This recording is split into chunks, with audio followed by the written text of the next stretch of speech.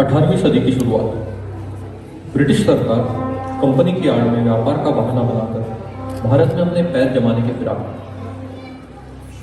ऐसा नहीं था कि हमारे राज्यकर्ताओं को इसकी भनक नहीं थी, लेकिन अलग अलग छोटे राज्यों में बिखरा हुआ भारत आपस में लड़ने में इतना मशगूल हो चुका था कि इस बाहरी संकट पर ध्यान देना उसने लाजमी न समझा। परिणामवश सन 1818 में ब्रिटिश सरकार ने आधिकारिक तौर पर भारत में अपनी पैठ जमाई। जब भारतीय जनता ने इसका विरोध करने की कोशिश की तो 1857 में हुई क्रांति को अंग्रेजी हुक्मरानों ने बड़ी बर्बरता से रौंद दिया।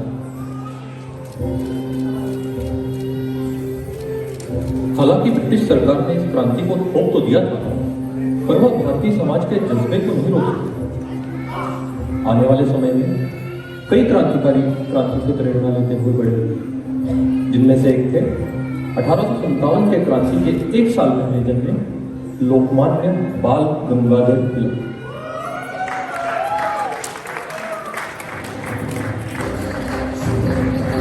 स्वराज ये मेरा जन्म सिद्ध हक है और वो मैं लेकर ही रहूंगा।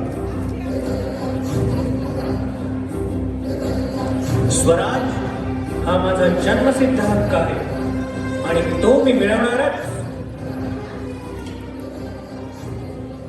अखंड भारत, ये अखंड भारत अगर ब्रिटिश सरकार की अत्याचारी सत्ता के खिलाफ खड़ा हुआ तो ब्रिटिश सरकार को इस हिंदुस्तान पे राज करना सिर्फ मुश्किल ही नहीं बल्कि नामुमकिन हो जाएगा, और ये हम कर दिखाएंगे।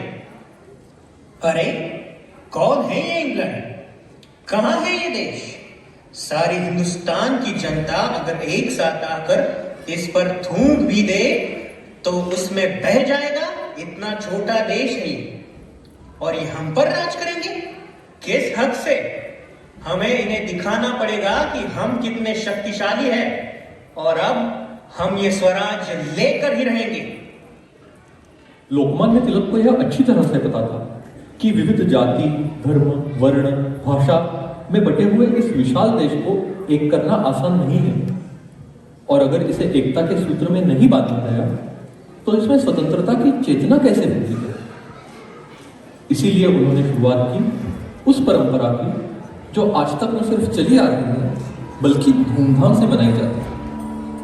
वह परंपरा थी सार्वजनिक गणेश उत्सव।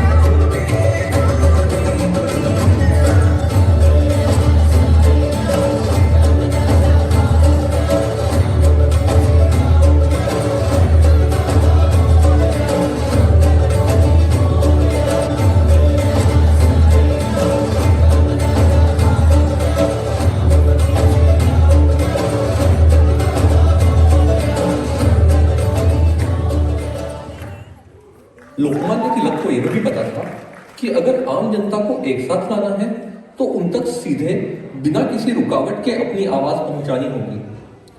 इसीलिए उन्होंने केसरी नाम से अखबार शुरू किया।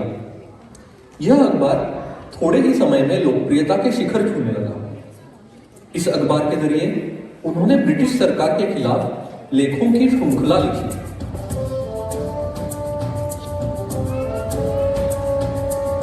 या सरकार से डोके ठिकाना रहेगा? क्या इस सरकार का दिमाग ठिकाने पर है? ब्रिटिश सरकार को यह अपनी तौहीन लगी। राजद्रोह के आरोप में ब्रिटिश सरकार ने श्री लोकमान्य बाल गंगाधर तिलक को 6 वर्ष की सजा सुनाते हुए मंडाले की जेल में भेज दिया।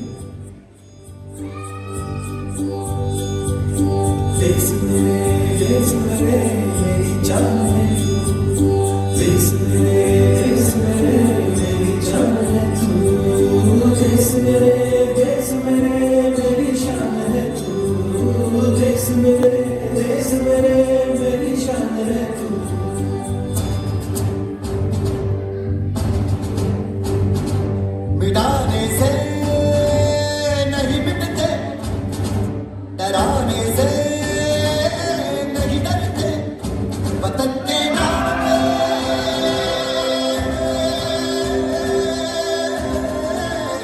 वतन के नाम पे हम सर कटाने से नहीं डरते, मिटाने से नहीं मिटते। श्री लोकमान्य तिलक के जेल जाने से भारतीय स्वतंत्रता आंदोलन को काफी क्षति पहुंची। भारतीय समाज के पास अब सिर्फ एक रास्ता बचा था, उनके जल्द से जल्द वापस आने की प्रार्थना करना।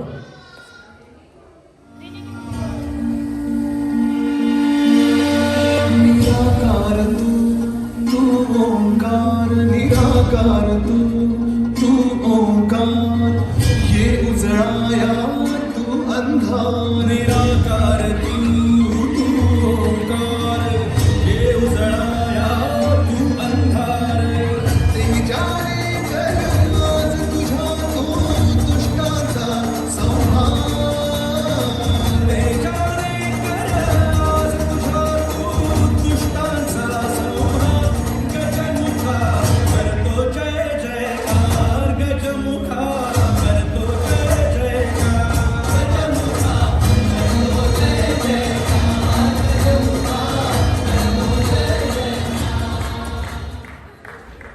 ब्रिटिश सरकार को लगता है कि वो मुझे बर्मा की जंगलों में जेल में रखकर मेरा मनोबल तोड़ पाएगी, पर मैं उस संस्कृति में बड़ा हुआ हूं जहां युद्ध भूमि पर धैर्य छोड़ने वाले अर्जुन को श्री कृष्ण ने गीता सुनाकर युद्ध करने के लिए खड़ा किया। यही गीता मंडाले में मेरा मनोबल बढ़ाएगी। मंडाले में तिलक शांत नहीं बैठे।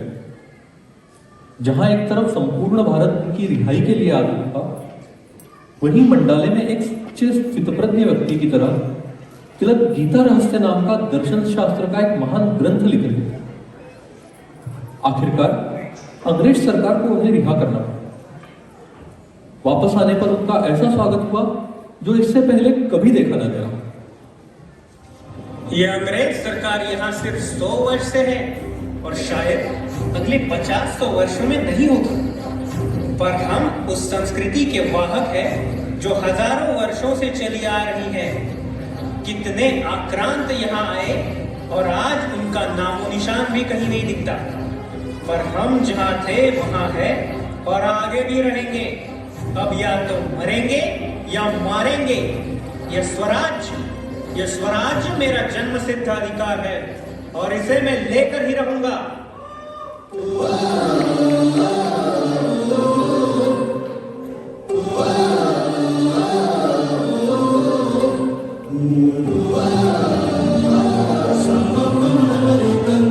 श्रीमन आपले साथ करारे, राष्ट्रभक्ती निस्वार्थ करारे, एकजुटीने कार्य कराया देशाचे, या साथी बना आणि साथ करारे, मातृभूमी ही आज पुकारे, जागृत होऊन कंकण बांधू दिवस रात्र झटकाचे, मातीच्या पायाशी हे अर्पण प्राणाचे, भेटूया रण आम्हा हा जन्म लाभला त्याचे, घेऊ हे ब्रिद हाती आसे तू सिंधू नव हिंदुस्थानाचे.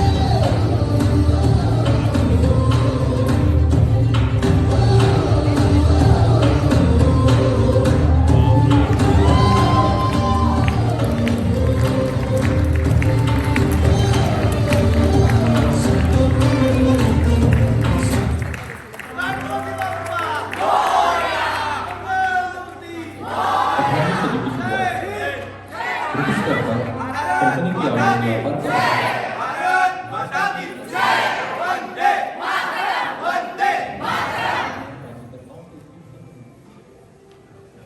लेकिन